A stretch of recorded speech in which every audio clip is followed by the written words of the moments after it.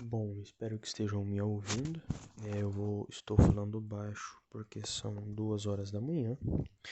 Eu estou trabalhando aqui em um projeto. Deixa eu tentar deixar esse fone mais perto aqui. Eu não vou olhar tanto para a câmera porque eu sou muito tímido e isso vai atrapalhar na fala. Eu estava trabalhando aqui em um negócio e vou continuar trabalhando enquanto gravo porque não posso perder tempo.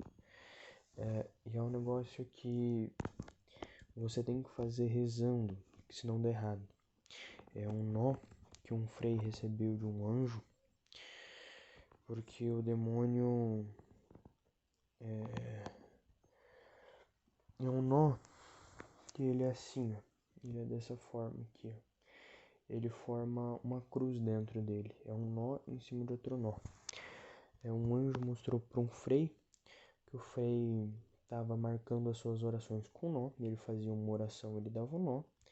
Ele precisava fazer 150 orações por dia.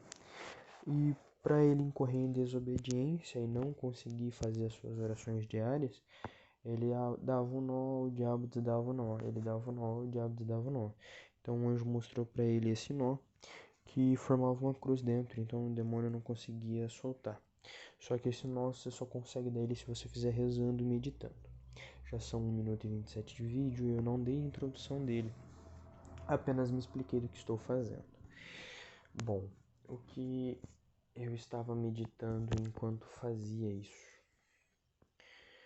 Bom, eu parei para pensar e meditava sobre o amor de Cristo. Só que o amor que Deus, nas três pessoas da Trindade, Deus, quando eu digo a Trindade completa.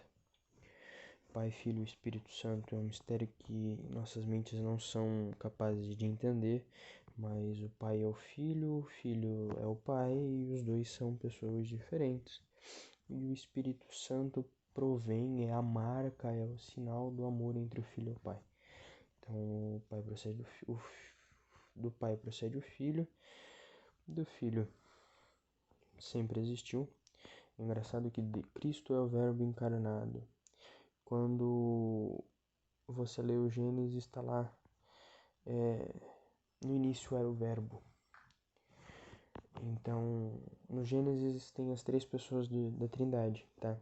Deus criou o mundo, no princípio era o Verbo, e depois ele fala que Deus criou as águas e sobre elas pairavam o seu Espírito. Então, no Gênesis tem a Trindade. A Trindade está desde o judaísmo e eles nunca perceberam. Isso não vem ao caso. O que vem ao caso é o amor de Cristo. O amor de Deus por nós é algo tão grandioso, tão imenso, que poucas pessoas conseguem entendê-lo. Bom, se você não me conhece, meu nome é Matheus Wolff. Eu não faço a mínima ideia de como você chegou no meu canal. Eu sou estudante de História pela Universidade Estadual de Maringá e sou quase formando em Filosofia da Faculdade dos Padres Claretianos.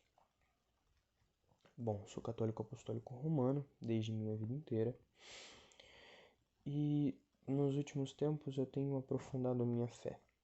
Tenho estudado mais e desde sempre fui um bom católico. Mas uns tempos para cá eu tenho tentado viver uma vida realmente santa, aspirar a áreas de santidade. Não é fácil, não é algo que seja simples, eu não estou nem um pouco perto. Se você for colocar nas moradas de Santa Teresa d'Ávila, eu ainda estou na porta da primeira morada, porque nem em estado de graça eu consigo me manter por muito tempo. Mas vamos focar no amor de Deus, porque já são 4 minutos e eu nem comecei a falar ainda do que eu estava matutando aqui. Por que eu comecei a falar do amor de Deus? Bom, eu estava rezando o rosário e após o rosário o celular começou um vídeo sobre uma adoração que falava desse amor de Deus.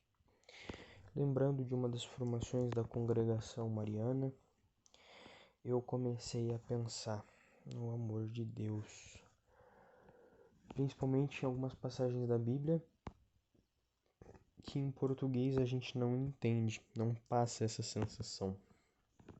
Em português a gente só tem uma palavra para amor, que é amor. Não é igual no grego, que nós temos ágape, filia, eros, amor de serviço, a diligência. Quando nós paramos para pensar, Jesus olha para Pedro e fala: Pedro, tu me amas? Pedro responde a Jesus: sim, Senhor, eu te amo mais do que tudo. E Jesus volta a olhar a Pedro e pergunta: Pedro, tu me amas? E fala: sim, Senhor, tu sabes que eu te amo. Pela terceira vez, Jesus olha para Pedro e fala: Pedro, tu me amas? Então, Pedro olha para Jesus e fala, triste por Jesus ter perguntado de novo se ele o amava. Pedro fala: sim, Senhor, eu te amo. Nisso, Jesus olha e fala: então vá e apacenta as minhas ovelhas. O que nos faz ficar perdido nessa passagem sobre o amor, que não nos faz entender no português, é: Cristo pergunta a Pedro se ele o ama. E por que pergunta tantas vezes? Só que se a gente for pegar a passagem no grego, não sou estudante de grego, não sei grego, sou ruim com memória, tenho TDAH. Por isso eu vou e volto toda hora. Então, eu vou falar a passagem com mistureba de português e grego, porque eu não entendo. No grego, Jesus olha para Pedro e diz: Petros, tu me diliges. Pedro olha para Cristo e fala: Jesus, eu te amo. Pegou um italianinho ali, viu? Mas olha o ponto. Jesus olha novamente para Pedro e pergunta: Petros, tu me diliges? E Pedro olha para Jesus e fala: sim, eu te amo. O problema é, Jesus pergunta para ele se ele me dilige. Pedro, você me dilige? O amor de serviço. E Pedro fala: sim, eu te amo, amor sentimental. Por isso, Cristo pergunta tantas vezes, porque Pedro não responde a pergunta. Pedro é como se eu lhe perguntasse: Cláudia, você gosta de Coca-Cola? E você me falasse: sim, Mateus, eu adoro Fanta. Entendeu? É como se eu perguntasse: tem água aí? E você me falasse: sim, tem terra na caçamba. Entendeu? Essa é a questão. Jesus olha para Pedro e fala: Petros, tu me diliges. E Pedro responde: sim, Jesus, eu te amo e não te dirijo. Quando Jesus entende que Pedro é cabeça dura, o espírito é bom, mas a carne é fraca, então ele fala: se tu me amas, levanta a bunda daí. Se tu me diliges, não se ama, se tu me diliges, levanta a bunda daí e apacenta as minhas ovelhas. Pedro, como nós sabemos pela vida de São Pedro, ele é medroso. Eu estudo bastante São Pedro porque eu pareço muito com ele. Eu sou muito fervoroso espiritualmente, mas a carne é fraca. Eu quero muito rezar as minhas orações diárias, mas eu acordo cedo e tenho preguiça. Esse é o grande problema. A carne é fraca. São Pedro é medroso. Jesus manda Pedro ir e apacentar as suas ovelhas. Pedro vai até Roma. onde converte a cidade pagã. Quando ele morre, ele ainda não converteu, é claro, mas ele converte aquela cidade pagã ao amor de Cristo nosso Senhor. Ele vai e começa a apacentar as ovelhas. Quando a perseguição aumenta em Roma, Pedro, para não morrer em Roma, foge de Roma. Ao chegar perto dos portões de Roma, Jesus aparece novamente para Pedro. Isso muito tempo depois da Assunção. Isso já depois de todo o processo. Pedro já estava em Roma, então já fazia muito tempo que ele tinha partido para apacentar as ovelhas. A questão é que Cristo novamente reaparece para Pedro, carregando as cruzes, todo flagelado, com a coroa de espinhos, todo igual no dia da crucificação, voltando em caminho a Roma, olha para Pedro e da mesma forma que pergunta: Tu me amas? Ele pergunta: Quo vadis? Aonde vais? Aonde você vai? E essa é a pergunta sobre o amor de Cristo. Eu, Mateus,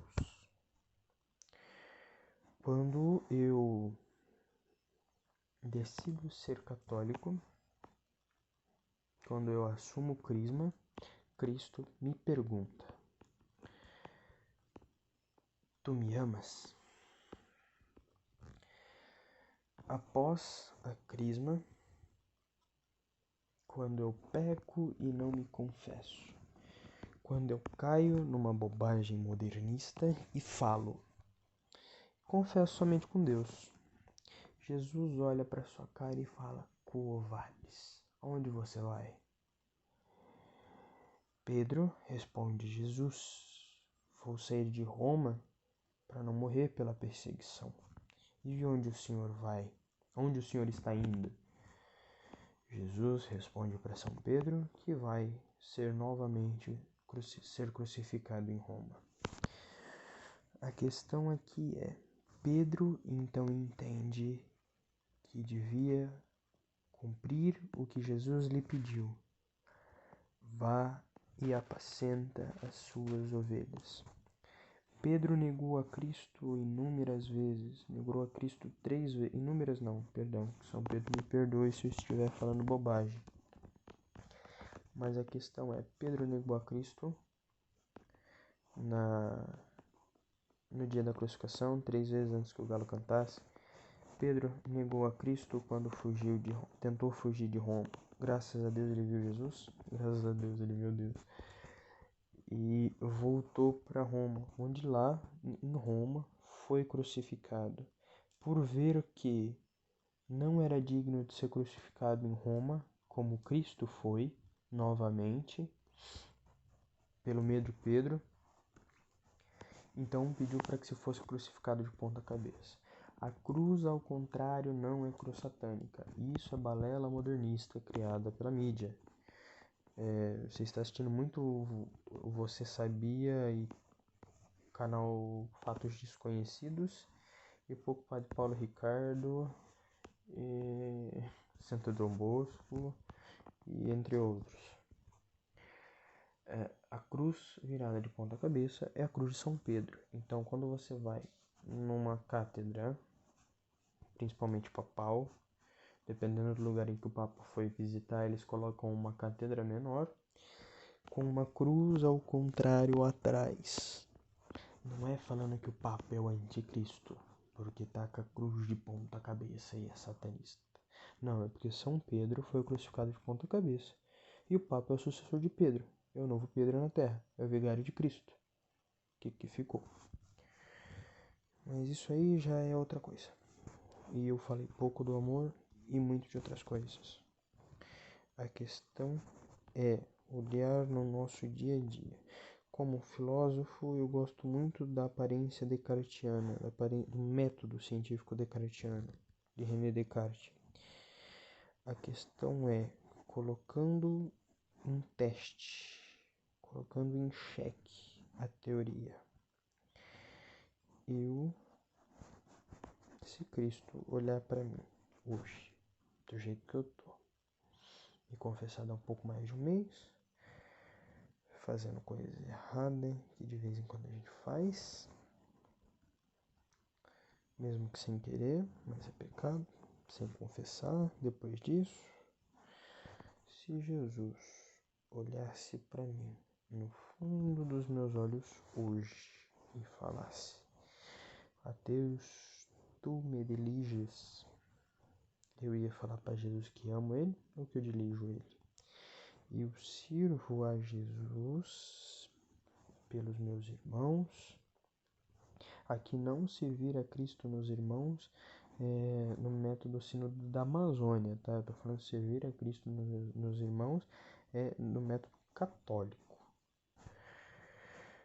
Eu tenho até medo de falar católico de verdade, que daí já aparece aqueles monte de bitolado sério-vacantista que assiste Controvérsia Católica e Frei Thiago. Ai, Jesus. Tá, mas no método católico, eu sirvo a Deus nos meus irmãos, eu, como ministro da Eucaristia, faço bem o meu papel, eu sirvo o altar com zelo eucarístico e litúrgico, como pede a Santa Igreja, eu sirvo os idosos e doentes a quem eu auxilio, que eu levo a comunhão para eles. Essa é a questão. Você que me ouve já se colocou nesse patamar? O amor de Cristo por ti, é tão grande, tão imenso, tão maravilhoso, que nós não conseguimos sequer descrevê-lo.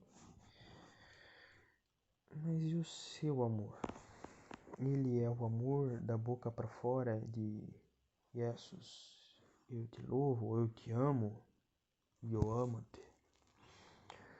Ou ele é um amor, Jesus, e eu te dirijo, eu dirijo-te. Qual dos dois você tá? Qual dos dois você se enquadra? Essa é a nossa dúvida. Como diz o padre, após César eu creio, esta é a nossa fé.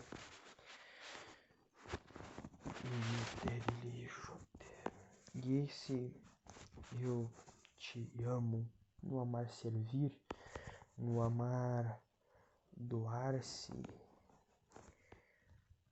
se eu te dirijo-te, eu faço bem feito. O amor de Cristo por nós é imensurável. Mas e o meu por ele? Ele é imensurável de tão pequeno? Ele é tão pequeno que eu nem consigo explicar? Ou ele é um amor palpável em que eu consigo falar, eu te amo por isso? Porque quando a gente ama uma pessoa física, eu não posso falar físico porque Deus é físico, ele veio em corpo e alma para a terra e subiu para os céus em corpo e alma, então ele é físico, ele tem corpo. Ai, Deus tem umbigo? Tem. Jesus tem umbigo. Pode olhar nas imagenzinhas que a maioria das pinturas de Jesus que mostra ele no crucifixo sem camisa, ele tem umbigo. Confia. Essas coisas é revoltante. Tá. Eu dirijo-te o meu amor.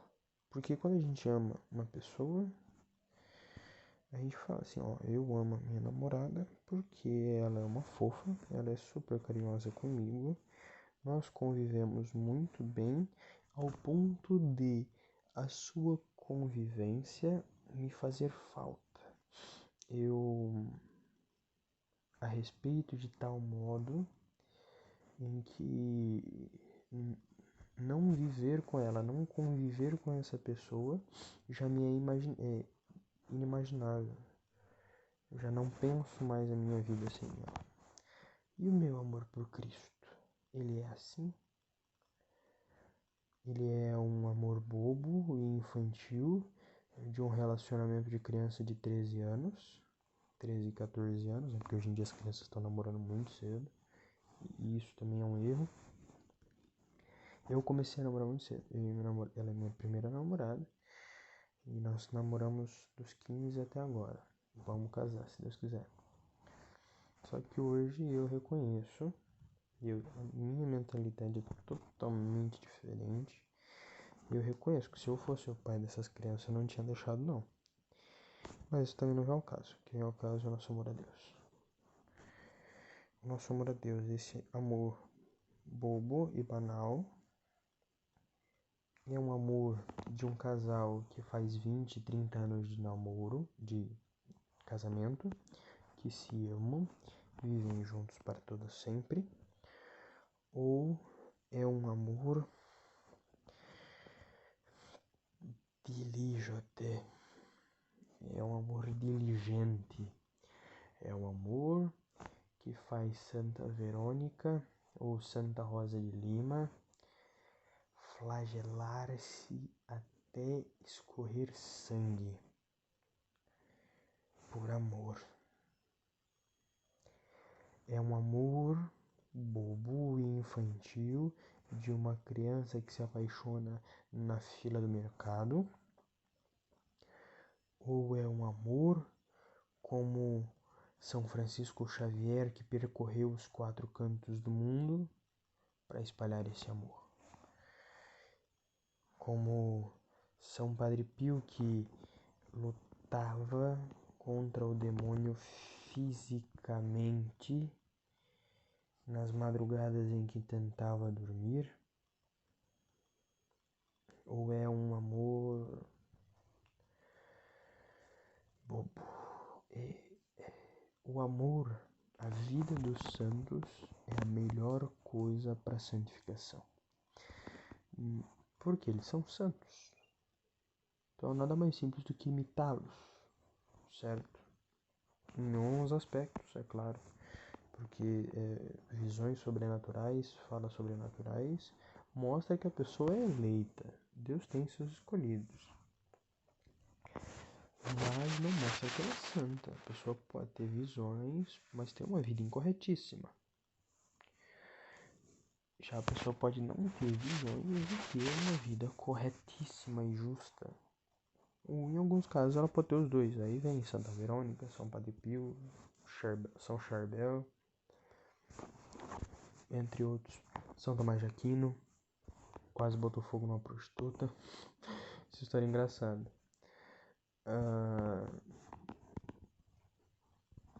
Então a vida dos santos, olhar o amor deles a Cristo. Daqui onde estou eu vejo uma imagem de São João da Cruz. Eu amo a Deus ao ponto de enfrentar a minha cruz. Não precisa nem ser uma cruz física de madeira na qual serei pregado, mas a minha cruz é viver uma família, viver na sociedade do século XXI da forma mais santa possível. Eu vivo a minha cruz por Cristo, Ele viveu uma tão pior por mim. Esse é o ponto que eu quero deixar para vocês. Quando Jesus te pergunta: você me diriges? Você responde que ama ou que dirige?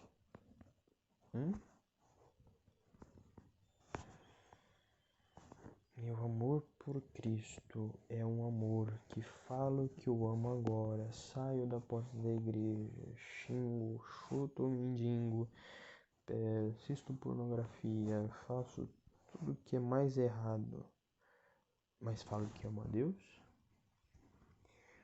Ou meu amor por Deus é como o de Santo Inácio, que escorre seu sangue e luta contra o demônio fisicamente. A história de Santo Inácio é maravilhosa. Santo Inácio entende que sua espada tinha sido dada a estrela da manhã, mas ele liga a estrela da manhã com Lúcifer, um demônio, que é um nome que nem tem na Bíblia. Lúcifer não tem na Bíblia, foi tirado de outro canto. Um erro de tradução, né? Não tem na Bíblia. Mas a dita estrela da manhã tem. Então, ele luta contra o guerreiro da estrela da manhã, que é o demiurgo dele, né? É a parte má de si mesmo.